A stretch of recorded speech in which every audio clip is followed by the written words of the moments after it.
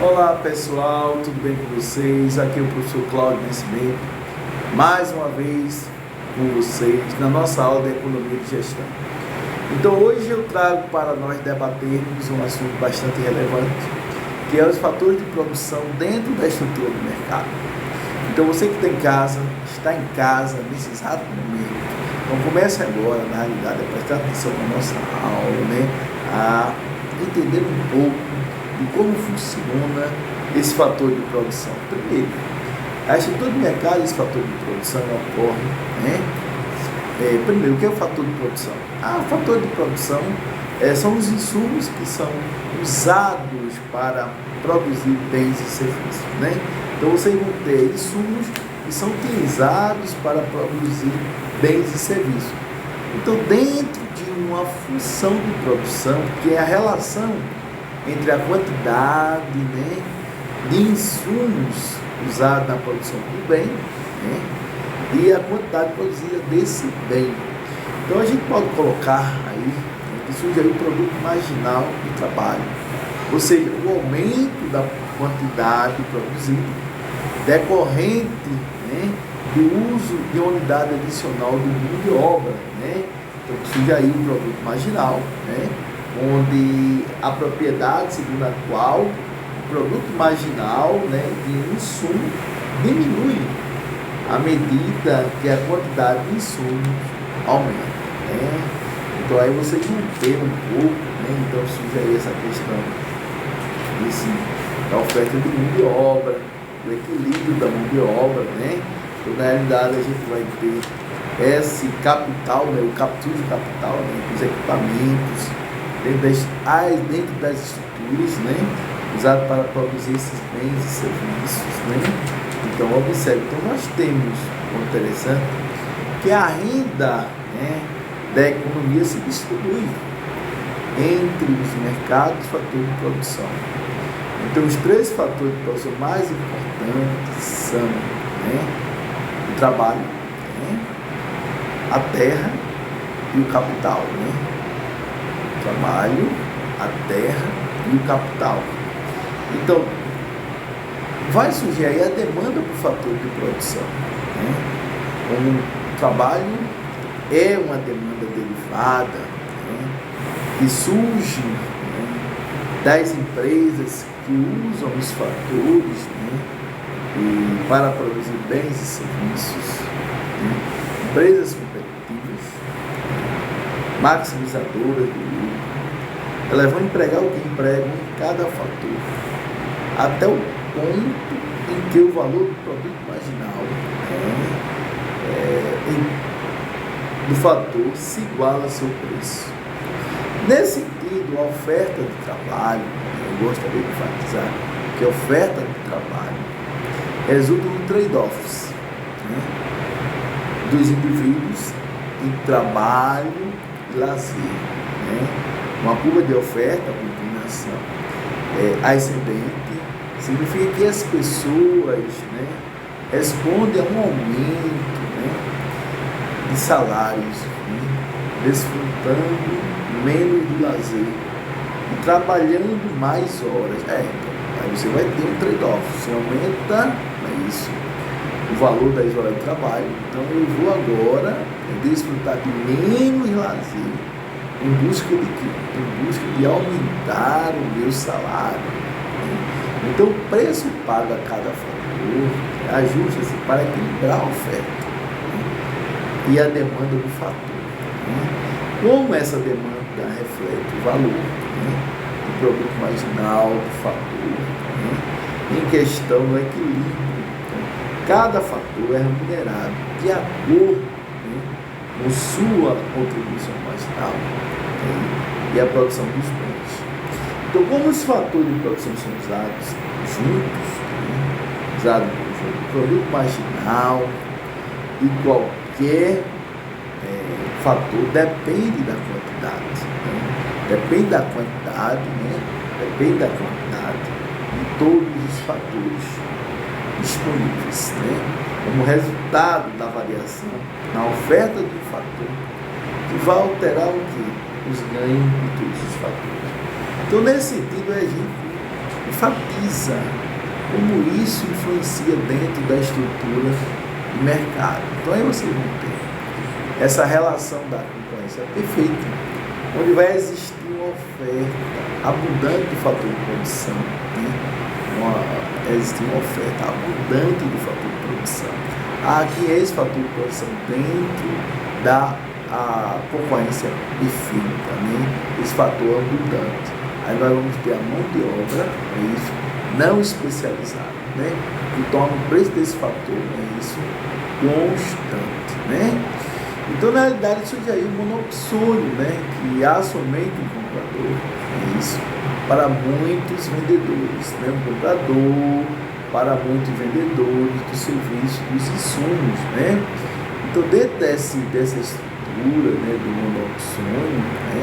Então a gente começa a falar um pouco, aí você diz, professor Cláudio, e esse monopsônio? O monopsônio é a estrutura do mercado, como eu falei anteriormente, na qual apenas um comprador para diversos vendedores, né, de determinado bem ou serviço. Então, na realidade, assim a demanda se consome de uma única pessoa, né, que é uma pessoa física, jurídica, né, fazendo com que os diversos ofertantes sejam reféns de suas produções. Então, o único comprador, né, para vários vendedores. Então, você tem que existe um estudo de mercado, um marketing, né, que pode ajudar a compreender isso. Os monopsônios. A teoria é batizada de 5 forças, né, de Porter, que avalia esses 5 elementos, né, cruciais para o negócio. Então, quais são esses 5 elementos? Né? É a ameaça de novos entrantes, né, ou de novos concorrentes, ameaça de novos concorrentes, ameaça de produtos substitutos, né, a rivalidade entre os concorrentes, né, e o poder de negociação dos fornecedores, né, poder de negociação dos fornecedores, além do poder de negociação dos clientes. Então você tem 5 elementos essenciais: ameaça de novos concorrentes, ameaça de produtos substitutos, a rivalidade entre os concorrentes, né, o poder de negociação dos fornecedores, né, e o poder de negociação dos clientes, né, dentro dessa estrutura. Então, todos impactam diretamente, né, na competitividade das empresas. Então, logo, evidentemente, quanto menor for, o potencial das 5 forças, né, sobre a companhia, melhores são as suas chances, né? Muito interessante, né? Então, vejam só, é muito interessante, né? Ou seja, todos impactam diretamente, né? E vão impactar diretamente, na competitividade das empresas, né? Logo, quanto menor for o potencial das 5 forças sobre a companhia, melhores são as chances de atuar naquele negócio. Então, aí, da mesma forma, interessante que você saiba, da mesma forma, quanto maiores forem as ameaças, rivalidades e o poder dos demais elementos, maior é a competitividade, né, do mercado nesse contexto. Então,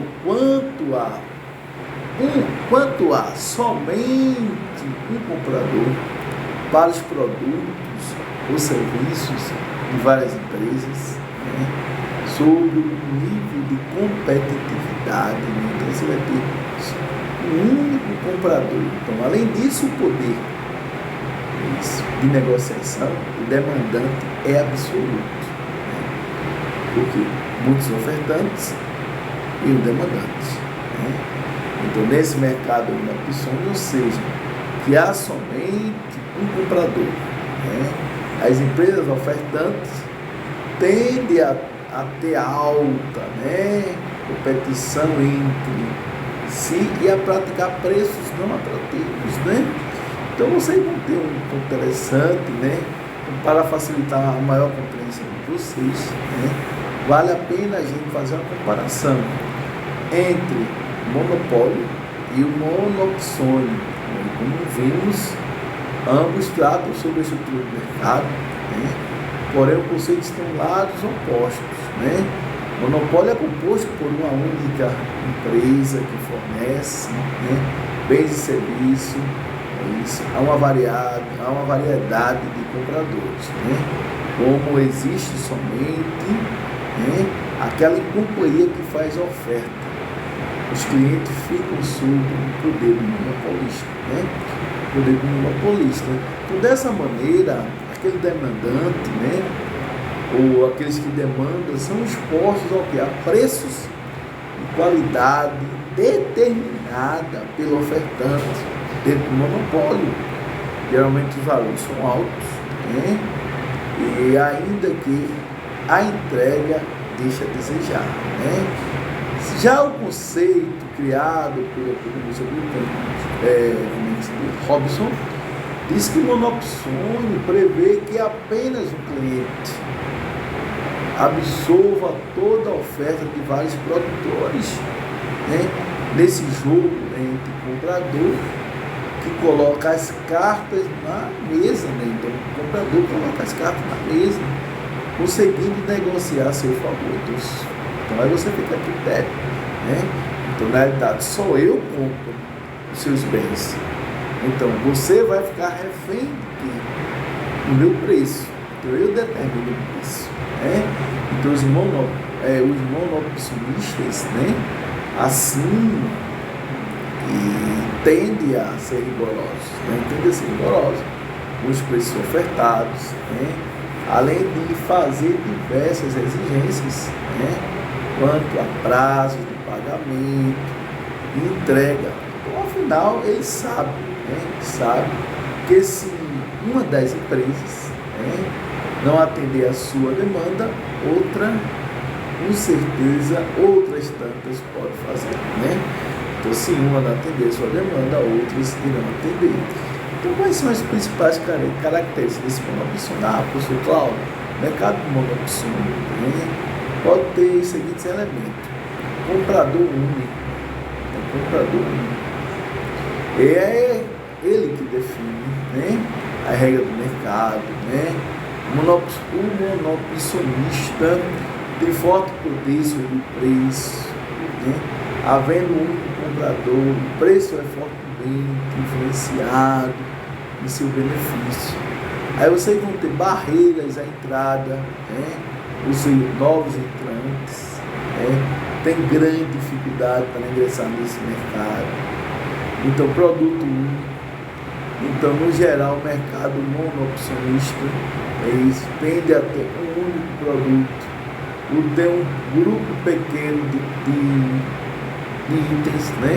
Um produto ou um grupo pequeno de itens, né? Há condições especiais, né? Ou seja, as circunstâncias que formam o monopsônio, né, são especiais, né? E às vezes até excepcionais, né? Assim, todo o mercado é caracterizado por condições diferentes, né, das tradicionais entre oferta e demanda, né? Entre oferta e demanda. Aí vocês vão ter exemplo de monopsônio, né? Então, a prática real do monopsônio não é muito comum. Na realidade, né, é mais habitual ocorrer o oligopsônio, né?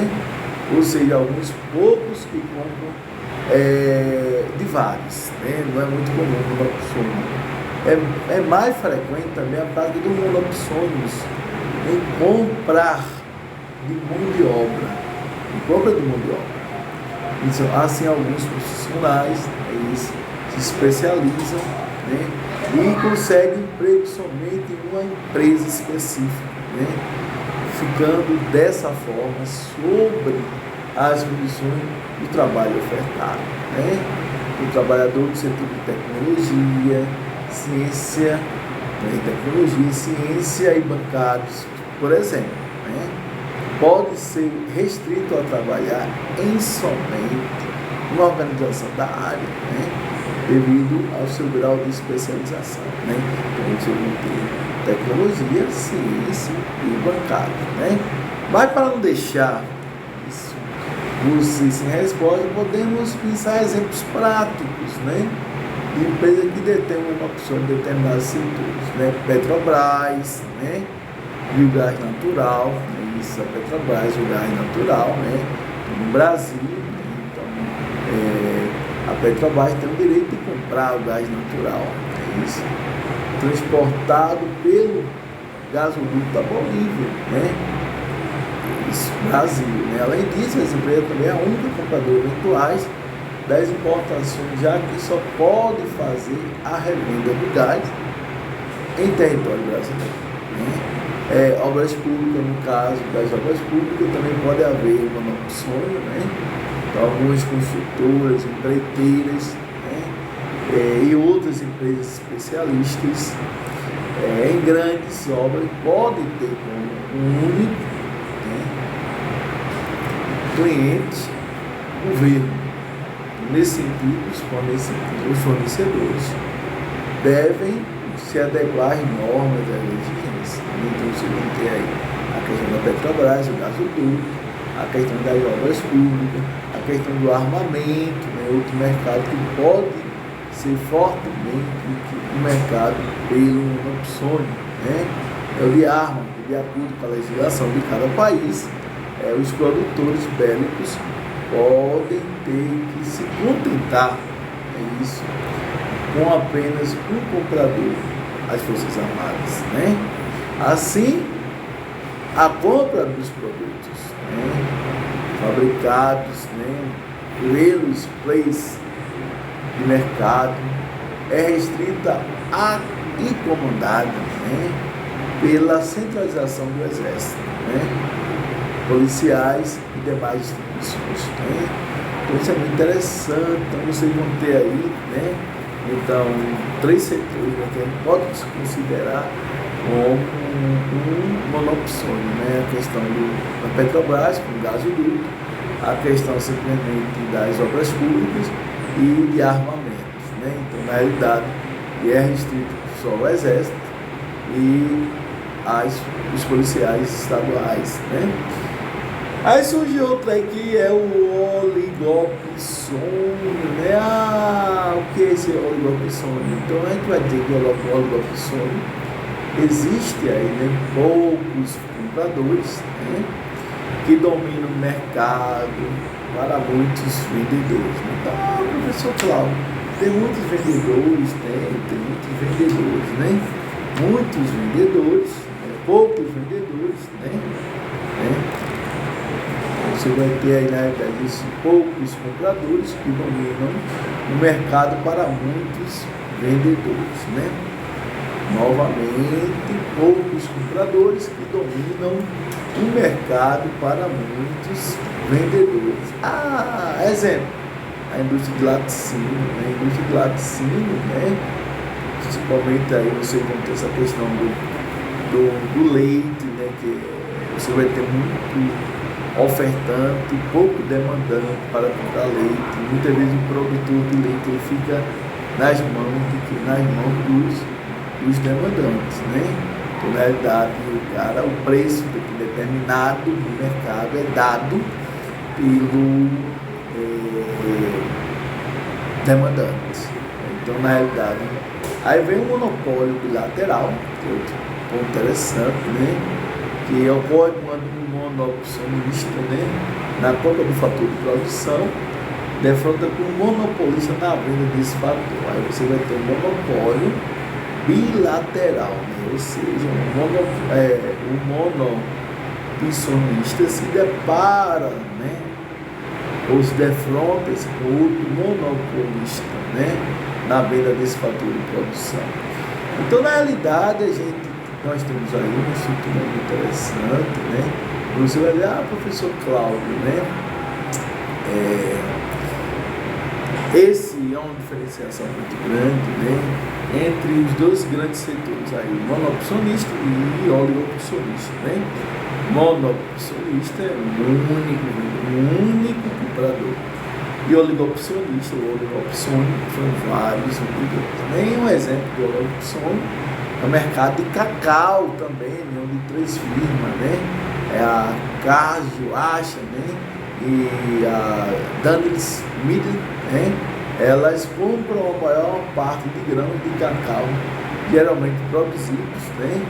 Por consumidores agricultores de países menos desenvolvidos. Então, olha só, então você tem 3 grandes empresas comprando a maior quantidade de cacau, né? Então, olha só, 3 empresas comprando a grande quantidade de cacau dos países subdesenvolvidos. Então, na realidade, então elas dominam. Então, pequenas empresas dominando, poucas empresas dominando um setor. A gente falou do laticínio, né? Aí temos aí esse outro setor que é o de cacau. Então, pessoal, então nós finalizamos um pouco, finalizamos a estrutura de mercado com o fator de produção, né? E colocando aqui mas é muito interessante aí, né? Dessa estrutura do mercado, né? Como é que ela simplesmente funciona, né? Então, nós temos uma estrutura onde temos concorrência perfeita. Então, na realidade, o objetivo das empresas, maximização de lucros, né? Receita marginal, que é igual ao custo marginal, número de firmas infinitas, né? Tipo de produto aí na concorrência perfeita é homogêneo, né? A entrada de novas empresas não existe barreiras, né? Então, lucros a longo prazo, né? Lucros a longo prazo dentro da concorrência perfeita, os lucros são normais, né? Já no monopólio, né? Então nós temos a maximização de lucros, receita marginal igual a custo marginal, então o número de empresas, né? Enquanto na concorrência perfeita são infinitas, no monopólio tipo de produto, aí você vai ter único, né? O produto é único, aí vocês vão ter entrada de novas empresas, aí tem barreiras para novas empresas e longo prazo lucro extraordinário do monopólio, lucro extraordinário. Já na concorrência monopolística, a maximização do lucro, receita marginal igual a custo marginal, número de firmas, muitas firmas, né? Tipo de produto diferenciado. Então ele diz que não existem barreiras, né? Então os lucros são a longo prazo são normais também. Então, na realidade, no modelo, ele traz aqui um interessante, né? Ele diz, no modelo clássico, maximização, receita igual a custo marginal, oligopólio concentrado, poucas empresas, né? Aí o produto homogêneo diferenciado, né? Tem barreiras, lucro extraordinário. No modelo markup, né? Maximização, markup, né? Receita, venda, custo, né? Oligopólio competitivo. Então, na realidade, nós finalizamos, né? Esse capítulo, né? Esse tema aí que foi estrutura de mercado. Espero que vocês tenham compreendido, né? Absorvido todo o conhecimento, que é um assunto que eu não abro mão para a nossa prova de segunda avaliação, não abro mão, né? Estrutura de mercado. Então, espero que vocês tenham aproveitado, né? Então, na realidade, eu vou enviar para vocês uma lista de exercícios, né? Para que nós possamos ampliar, né? As nossas discussões a respeito simplesmente dessa estrutura de mercado. Então, aqui é o professor Cláudio Nascimento, né? Deixando claro para vocês aqui, né? E a nossa proposta aqui é debater, a nossa proposta, na realidade, é trazer para vocês conhecimento, né? E agradecer por essa oportunidade maravilhosa que nós estamos tendo, graças a Deus, desse canal, né? Esse canal que abre aí essa possibilidade de nós estarmos aqui, né? Diante, né? Desse ainda a pandemia, né? Que, na realidade, alguns grupos pressionam para abrir o mercado, mas sabemos que a abertura do mercado, né? Pode ocasionar isso, uma quarta onda da pandemia, né? Porque a Europa ela já vive, né, uma quarta onda de pandemia, né? Então que Deus, né, nos livre, né, dessas chagas, né, e abençoe o povo europeu, né, o povo americano, né, faça com que ele supere logo esse momento. Que Deus abençoe, né, o povo europeu, o povo americano, para que superem logo esse momento, né? Porque na realidade não é fácil, né? Eles passou pela primeira onda, eles passou pela segunda onda, terceira, agora a quarta onda, e nós passamos pela primeira, segunda, a terceira onda, né? E muito cuidado, muita cautela, né? Porque nós não queremos perder mais pessoas queridas, né? Então, na realidade, é um sofrimento muito grande. Então, que Deus abençoe toda a nossa civilização, todo o nosso globo, independente do continente. Deus esteja com todos, abençoando e livrando todos desse mal. Um grande abraço fraterno do professor Cláudio Nascimento. Fique na paz.